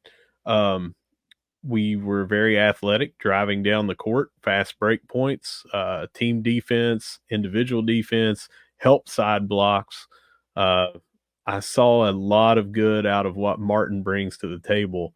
We have needed one of those guys that is just a rebound machine, and that's what he looks like 2 games in. Yeah. If anything could sum up the second game, it was just horrible shooting early. Yeah. It wasn't bad looks. It wasn't bad shots. Things weren't dropping. And you're going to have those sometimes. Yeah. But that was actually a pretty good Radford team. It wasn't that I even heard somebody say with their projected RPI or whatever that they would maybe be 3rd in the Sun Belt. So they were a really good team that we were facing. They hit their shots. They hit a lot of threes. We did not. And of course, people are just going to go, really, we can't beat Radford. That's where we're at as a program. You know what? We lost to Queens last year to start the season. Okay. You just don't know what you're going to have, and it's going to take a little bit of time. So I'm willing to let this team figure out who they are and what works for them. But, by the time you're about a third of the way through the Sun Belt season, if you don't have it figured out by then, okay, then you can worry a little bit, but we knew there was going to be a lot of change. I always find it to be entertaining when people come into a season and go, yeah, it's going to be a new year. We don't know what we have, but I'm willing to see what we look like. And then 2 games in, it's like, we can't beat Radford. Really? That's where we are as a program. That always kind of makes me laugh. Like, you do have to actually have the patience that you say you're going to have. So just pump the brakes a little bit, and maybe we don't end up where we want to by the end of the year, but hey, maybe we do. But you give them a chance to get it together. What's And next? so the last thing that I want to say about that is we were down big and we came back, and it is early in the season, and we didn't score a lot early based on our shooting, and we came back. So that's something that you want to keep track of. We came back. All right, so now women's basketball. They lost their opening game against George Mason 84-77 on Thursday. Came back and got Kim Caldwell's first win. Beat Chattanooga 79-74 on Sunday. They play Northern Kentucky on Saturday at 2 p.m., and then they will finally get to have their home opener Monday, November the 20th at 6 p.m., and that's against Point Park. Awesome. I got to talk about these couple of games, man, because absolutely the first game against George Mason, I don't think it started out obviously the way they wanted it to. Right. It didn't look like shots were falling for them. George Mason built a massive big lead in the second half even. I mean, halfway through the third quarter, George Mason had a 20-point lead. It was 56-36, and it was, getting in some dire straits there, and it was like, ooh, what's going on here? And then with just a little over a minute and a half left in the fourth, the Herd brought that lead all the way down to 72-67. They clawed all the way back to give themselves a puncher's chance to ultimately end up losing by 7. But man, the fight in this team, I tell you, they were down early, and they did not just pack it in, and I'm not saying that other former Herd teams did that, but you got to like that, in your first game of the year, you're down by 20 already midway through the third quarter in the second half, and you claw all the way back. Rashala Scott led the way for the Lady Herd in that opener with 28 points, man, on 50% shooting from the floor. And Beeman chipped in 17. Beeman had 16. Brianna Campbell had 17. It's just the 3-headed monster maybe early on in this game. So now we might be able to talk about, man, if the Herd can just get that fourth score. I think it's coming. I think it's coming too. But you talk about showing a little bit of the fight, and that we're never out of a game, and then you come right back against Chattanooga on the road 3 days later, and you get the win, the first in the Kim Caldwell era. And I don't know if you saw the video after the game with the water. She was coming in the locker room, and they doused her, man. She got one off first though. She did. She got one off first, but the Herd they didn't get down huge in that one. But they were still down and had to come back. Down by 17 at one point. That was still in the first half, and then they took a lead by the time the fourth quarter rolled around, and then it was back and forth kind of for the last, I don't know, say 3.5 minutes of the game, and then they finally pulled away 79-74. I mean, Rashala Scott set a new single game scoring record, personal record, 31 in that one. So she's got 28 and 31 off and running. Beeman 18 in that one, Brianna Campbell 17 in that one. So even they scored higher than their first game. I mean, pretty good. I think folks better turn out for that home opener, because I'm planning on being there with the family. I can't wait to see it. I wish I could be there too, man, because I think it's just going to be really, really exciting. And, of course, we have tickets that we'll be giving away to that. But I like it, man. I like what I'm seeing out of this Herd team. They're going to be a lot of fun. They're going to win a lot of ball games.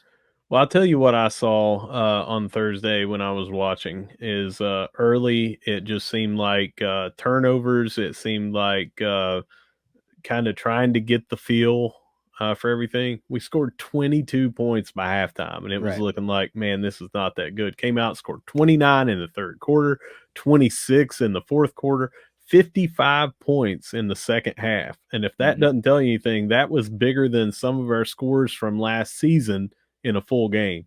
And then to come back by 17 down in this one, it just shows they can score in bunches. And when they put the press on and got it working, they were a rebounding machine. They were a well passed machine. They were shooting threes, uh, points off the break, everything. When it works great. I think that we're going to see that later once we hit Sun Belt Conference play. We're going to see a more well oiled machine for a full 4 quarters. Yeah, if it doesn't start out so rough in that first half of that first game, Oh, they dominate. Marshall's a 2-0 team, right? Yeah. So you're going to have your rough spurts in places, and we just had one to start the season, but now it doesn't look like that's much of a thing right now. Like I said, they're going to win a lot of ball games. I hope the cam stays packed, not just for the men, but also the women this year. You don't want to miss it. And we're going to be giving away tickets to men's and women's games. It's going to be a lot of fun. We're going to do our best to keep the cam packed. And finally, for Around the Herd, men's soccer. We talked about it during our preview. We had to throw in that they were going to the finals and they were going to face West Virginia. You know, we didn't want to push that off and talk about 2 different games. We wanted to go ahead and talk about that. So this game is the only game that we need to cover from last week. They won the Sun Belt Conference tournament by beating WVU 3-2 on Sunday in front of a record 3,151 fans in attendance. NCAA tournament selection show was earlier today, and no surprise to any of us, we are the number 1 seed overall, and we play Sunday at home in the NCAAs. We're going to host throughout until it's time to go to the College Cup, which is in Louisville this year. Ooh, man. Louisville. So that means Yeah. there is going to be a wave of Kelly Green making the trip. Yeah, we Wow. need to win to get there to the Final Four, and then we're talking big time support. Yeah, Man, the Herd faithful, if and when, will be bolstering that local Louisville economy for the College Cup. We saw what they did several years ago in Cary, North Carolina.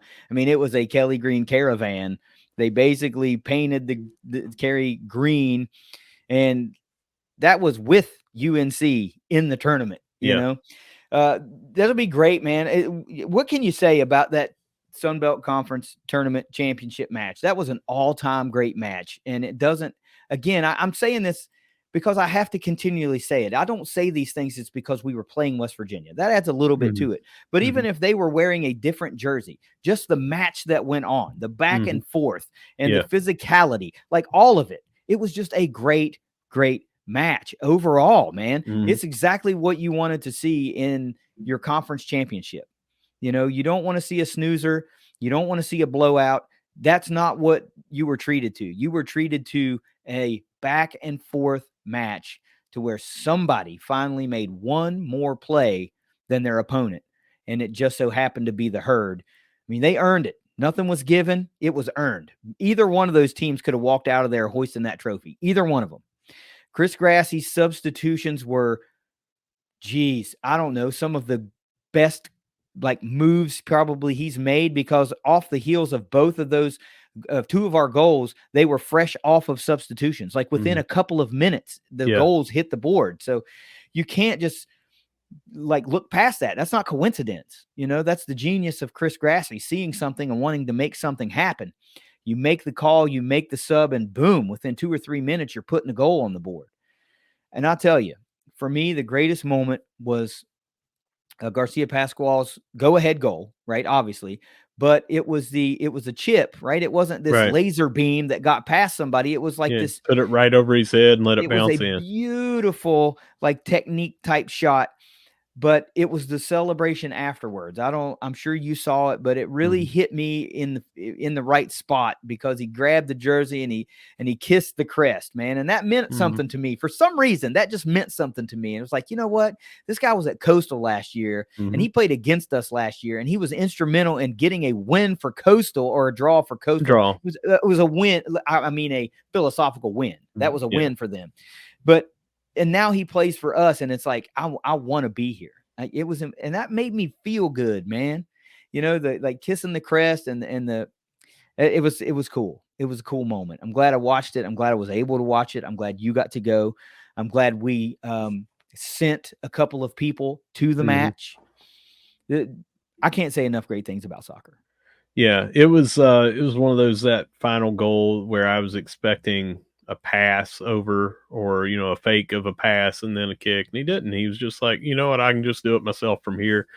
Beautiful touch Mm-hmm. to put it right over top of the head, bounced in. I saw it from the angle that I was seeing it, which was diagonal, and then seeing all the different replays was from the other side of how high it went and everything. It was just gorgeous. We had several good goals. Sordo's goal was, I thought it was great as well. Um, Such an awesome atmosphere, and I just have to point out, yeah, it's WVU. And yeah, it doesn't really matter who it was. That match, like you said, was going to be electric.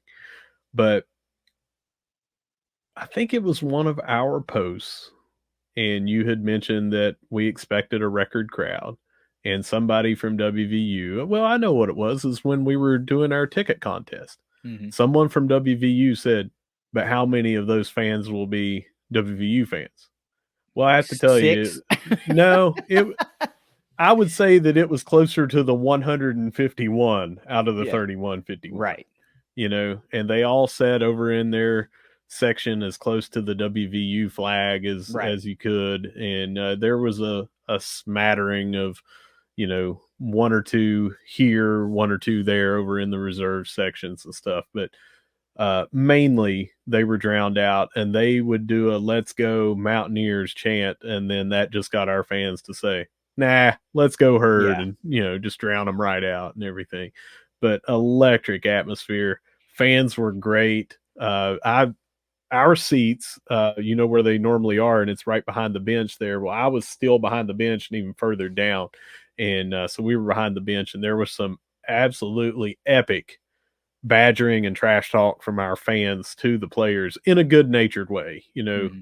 uh, talking about hair gel and talking about other things, and and they're nobody, flipping fans off and throwing things at fans, that sort of thing. It was fun banter back and forth, and you could tell that it really got under the skin of some of their players. And there was a female staffer there. I don't know, maybe she's never been to a soccer match before, but she was absolutely appalled and clutching every pearl she theoretically would have had around her neck, just appalled that we would say anything, about. And I mean, like I said, it was clean Yeah. banter back and forth, and she was Yeah. like, "Can you believe them? They said to sit down. Wow, I'm offended." And I mean, Well, it's almost like she was looking for a sheriff to come and, yeah. it's that fan. He told us we should sit down. Yeah. you know? Well, be offended because we Yeah. played for a championship in our house, and there was nothing like it, man. You know, I saw some people, and this isn't directed at any one fan because I saw it from a lot of people. So this, this is not at any one fan. I kept seeing Herd fans saying they ought to move this game to the Joan. Yeah. No, you absolutely do not, Yeah. because that eliminates that home field Yeah. advantage, Yeah. right? And just allows thousands more of your opponent's fans to get in there and even that out. Plus, the playing surfaces are not nearly the same. This is, dude, they're the number one team in the country. You let them Can play in their damn stadium for their damn championship like they have been working for all game or all year long, right? They deserve to be there. That's their house. can you imagine practicing on that turf, No, playing on that turf no. all season long, having that of your walking out of your locker room, the routine that you get in, and taking away your home field advantage to go play on a different turf that is sloped different for drainage. There's Right. a crayon on a football field. The dimensions wouldn't be the same. They would have a bunch of different lines and graphics on the field. The turf is not the same. Mm-mm. It's a shorter turf on soccer. I Yeah, mean, it's a faster field. the kicks would be different, the running would be different, everything, the spacing. You would basically say, "Well, I really wanted to go to the game, and that's That's why what I it wanted is. to be there."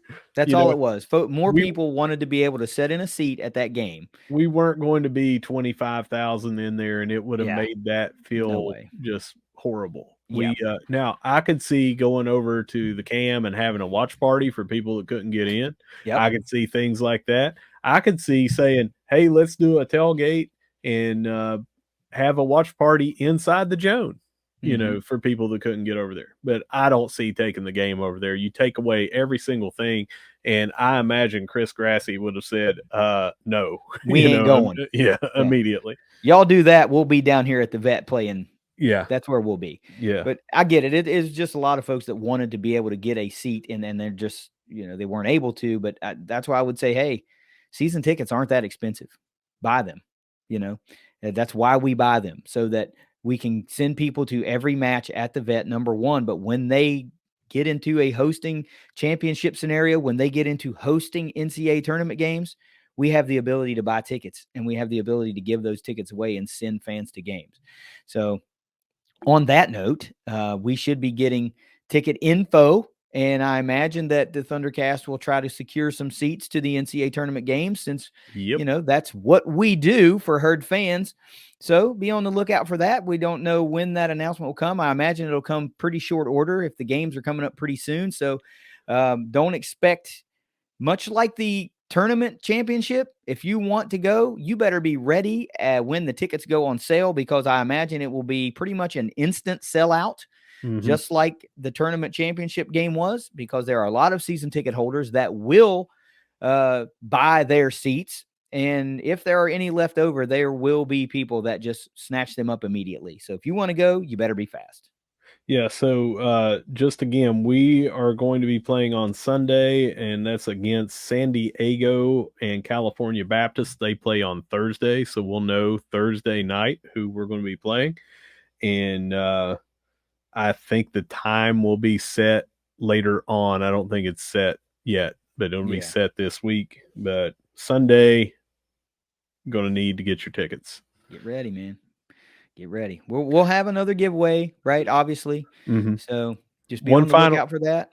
One final thing that I wanted to say about that game is we were number 1 in the nation coming into there, and West Virginia was number 5 in the nation. That's like a big time college football, maybe the SEC championship, the Big Ten championship. That's like a Michigan, Ohio State, or a Georgia, Alabama kind of game that was going on there on Sunday.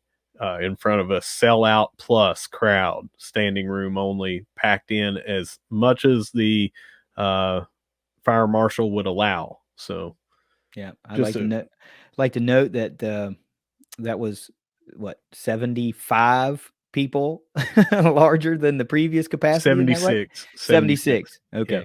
Dang. What an awesome thing. And that's a great analogy. That was very much like your SEC championship that determined college football playoff seeding. This one did too. It would have been very much up in the air if Marshall gets a number 1 overall seed if they lose that game, and they don't. And now they're the number 1 overall seed. Not surprising. West Virginia is the 5th seed in here. They seed everybody, and they were the runner up. And if I have gone through over the past day or two, a lot of it last night, looking at the previous seedings and rankings and everything, and for the Sun Belt Conference to have 2 of the top 5 seeds, that's great. Now the ACC still looks top to bottom the best, most represented. Yeah, not just that, but their rankings coming into this this final week, they had, I think, 9 of the top 29, and we had 5 of the top 37. I think it was. Well, I'm looking over the bracket real fast. I found the graphic. We've got 5 Sun Belt teams made the bracket. Yeah. So that's pretty good. James Madison and Kentucky did not get a seed. They're Right. at-large At teams. large. But we got 5 in. The ACC has a lot of teams in, but doesn't matter. It's all about the herd. Yep. All right. Well, that's it for Around the Herd. Awesome. I got nothing else, man. This was a great episode. I mean, golly, we had so much cool stuff. Abby Herring, the football team, the soccer team, Kim Stevens getting her first win. I mean, geez, what a great weekend. I'm glad we were a big part of it. I got to say one last thing. We gave away our 4 tickets to the Georgia Southern game, to the 75 week, and we had a fan reach out to us and say, hey, I got 2 extra tickets. Would you like to give those away? And we said, absolutely, we would. So special shout out to the fans that continually keep contacting us and saying, hey, I can't go to the game. I've got extra tickets. Would you guys like to give them away for us? Because we always love doing that. We were able to send 6 people to the game. 11. 11 people. Don't forget Brad Arvin. Brad, yeah, that's right. Brad gave us 5 tickets earlier the last time he was in. He said, here's my physical tickets. I won't be able to go to that game. Want to give them to you early.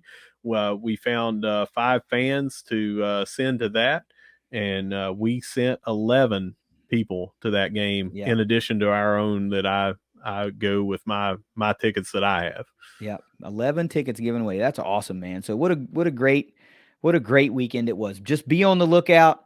It will be a quick turnaround for all these giveaways. We've got a flurry of them. We're going to have to give away women's basketball tickets. The soccer tournament tickets are going to be quick, and I imagine there's going to be a lot of popularity around that giveaway because the SBC Tournament Championship had a lot of popularity around that. So just be on the lookout. You sleep and you might miss it. Russ, take us out of here. Whether you see us at the Joan, whether you see us at the Cam, or whether you see us at the NCAA tournament starting Sunday at the Vet, no matter where you see us, we're going to be saying, go Herd. Go Herd. Bowl eligibility starts now. The quest, the road to Louisville starts now. The quest. It's the ThunderCast. We'll see you later this week.